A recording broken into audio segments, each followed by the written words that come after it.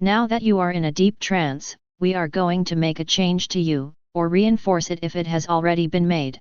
This change makes it so that when you use the activation phrase activate Serperior dreams, the effects that are about to be described will become active.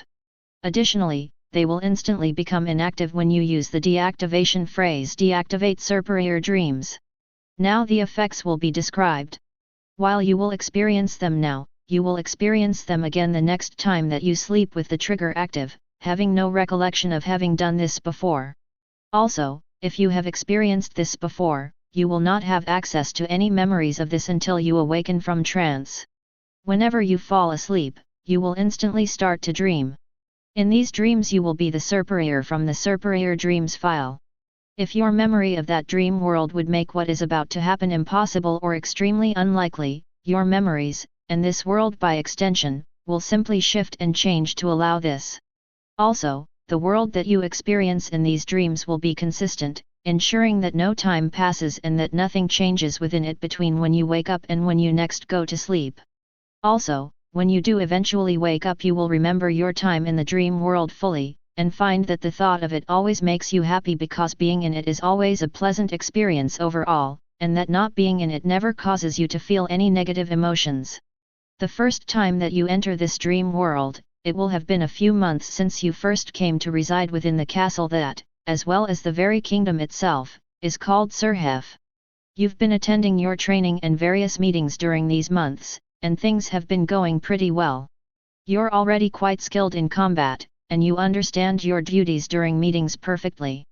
In fact, you just finished your combat training for the day not even an hour ago, and are resting on the branch in your room, the gentle warmth of the fireplace keeping you warm and relaxed. As you look out your window and see the setting sun, you remember how the king told you that he had called upon a nearby tribe that is north of the castle, as well as a couple of other Pokémon, to have a meeting at Serhef. He said that the main reason for the meeting was to get to meet and talk with the leader of the tribe, as the leadership had been passed from one member to another. You don't know much about the tribe, so you lazily slide off your branch and head to the king's throne room to ask him some questions to better prepare for the meeting. As you make your way through the halls of the castle, you think about what the king told you. The tribe that was called upon was the nearby Scolipede tribe, and it seems weird to you that leadership was given instead of inherited. When you reach the throne room, you ask the king about this, knowing he'd much rather answer your questions than have you be unsure. He says that as you know, kingdoms and tribes can have different laws and rules. However, they can also have different types of leaders. With the Scolipede tribe, the current leader chooses a new one when they start to get too old to fulfill their role as leader, with the former leader becoming one of the tribe's elders. You mention that you've never met the Scolipede tribe before, and the king explains that they tend to keep to themselves. He says that Serhef is one of the few kingdoms that is lucky enough to be trusted by them.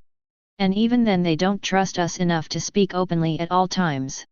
The main reason that they tend to not openly talk to other kingdoms and tribes is because they worry about the safety of their tribe. They even have their own guard, but they don't allow visitors very often unless they are on official business. Intrigued, you ask why they have a guard instead of a military, and the king explains that they don't need one, as they are a generally peaceful tribe that keeps good relations with other tribes and kingdoms. He goes on to tell you that while their leader will be coming, an elder, a couple of guards, and a few trusted Pokémon from outside of the tribe will accompany them. The elder acts as an advisor for the leader during formal meetings.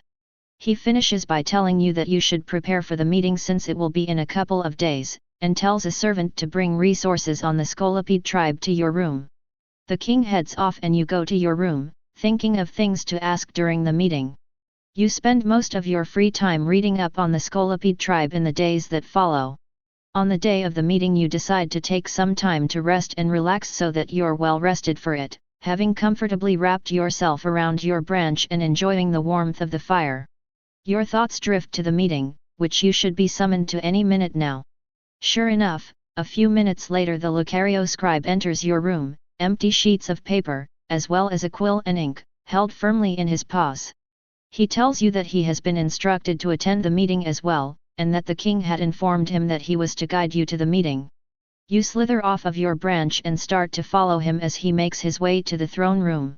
As you enter the throne room, you notice that the representatives of the Scolipede tribe haven't arrived yet. The king welcomes you and the scribe, and invites each of you to sit by his side, an honor which both of you happily accept, even if it is one that you might commonly receive. A couple of minutes go by with nothing happening.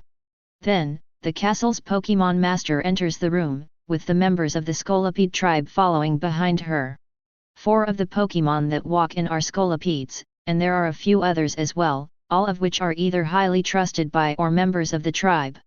The Pokémon master formally introduces the tribe before she takes a place at the back of the room, a watchful eye staying on the more powerful Pokémon. The group walks forwards, as to not have to talk over the full length of the throne room. Once they are close enough to not have to raise their voices, they start to introduce themselves.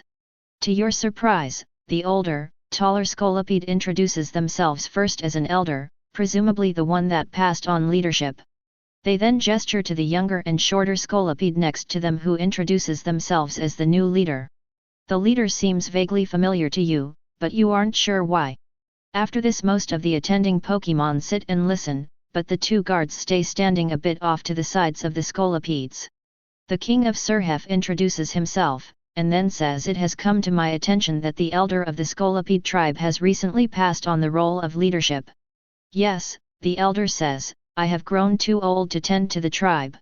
The king looks at the new leader, and tells them that it is an honor to meet them, and they tell him that the honor is theirs.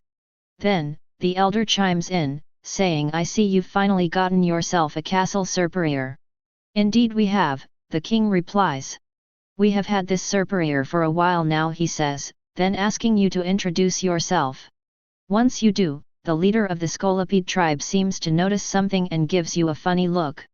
"Hey, aren't you that Serperior that I drove away from the tribe a few months ago?" they ask. You ask them what they mean, and they explain that a few months ago, just before they were made leader of the tribe, they were stationed at one of the tribe's guard posts. A wild Serperior had gotten way too close to the tribe's territory, so they went and drove it away.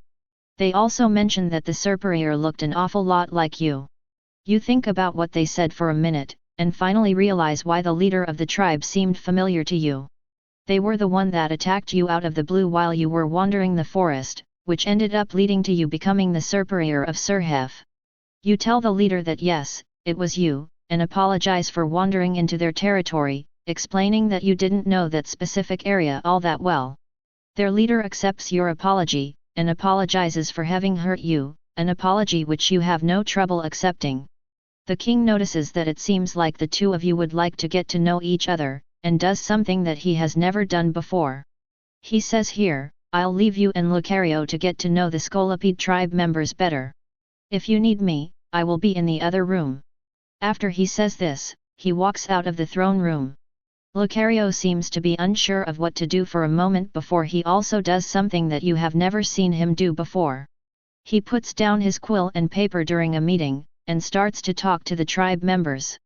When you experience this in your dreams, you and Lucario will have as much time as you want to get to know the members of the Scolipede tribe better.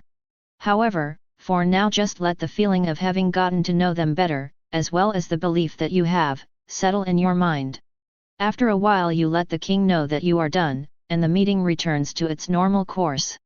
Lucario picks up his quill and paper, and the king discusses official matters with the tribe.